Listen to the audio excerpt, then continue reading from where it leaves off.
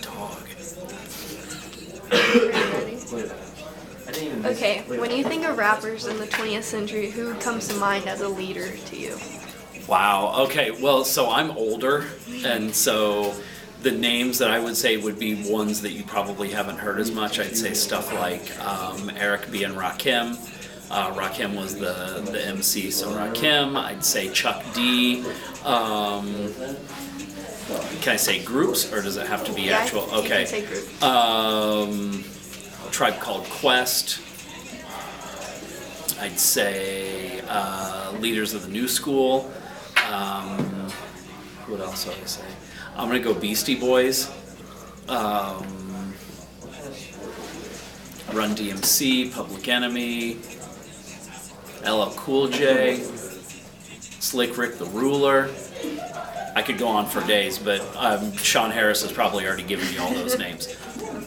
Okay, who do you think, what do you think about Tupac? What do you think he did? Tupac, I don't know, and I was never really like a huge West Coast fan. Tupac didn't do much for me. All the gangsta stuff just didn't work for me. I didn't really listen to him that much. Sorry. Lady Riley can talk to you about Tupac. How do you think that rappers, mostly in like the black community, really took a stand with their music, and do you think they did? I think some of them definitely took a stand. And that was, I guess, one of the things about a lot of the West Coast stuff about NWA and that kind of stuff is that when they started off, they were saying, they were just reporting what was going on around them. Chuck D said that hip hop in the 80s and 90s was CNN for black people, like getting the word out about everything. And I think what happened was it just became exaggerated to a cartoon level of violence, to the point where it wasn't representative of what really happened. But yeah, I mean, if you look, there have been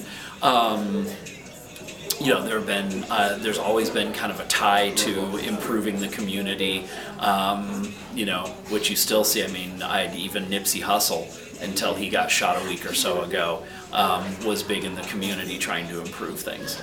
So you think when most people hear names like NWA, like the Eazy-E, Dr. Dre, Ice Cube, Tupac, do you see them more as gangsters or like leaders or the people that are trying to help out most of the time, or what do you think most people see them in like?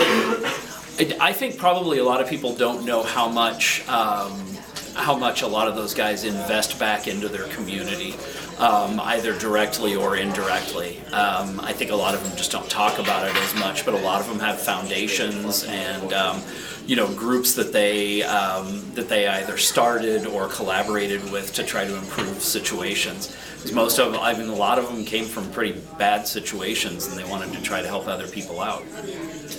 And in the 20th century, do you think rap helped to make that difference to get us where we are today? Or where do you see music making a difference at mostly? I think on a certain level, yeah, it definitely did make a difference.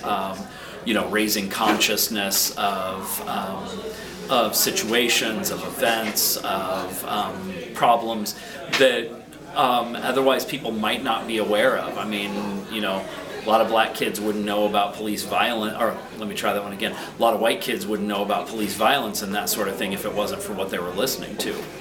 They don't experience it, but they hear about it. And that's it. Thank you very much. Okay. Good.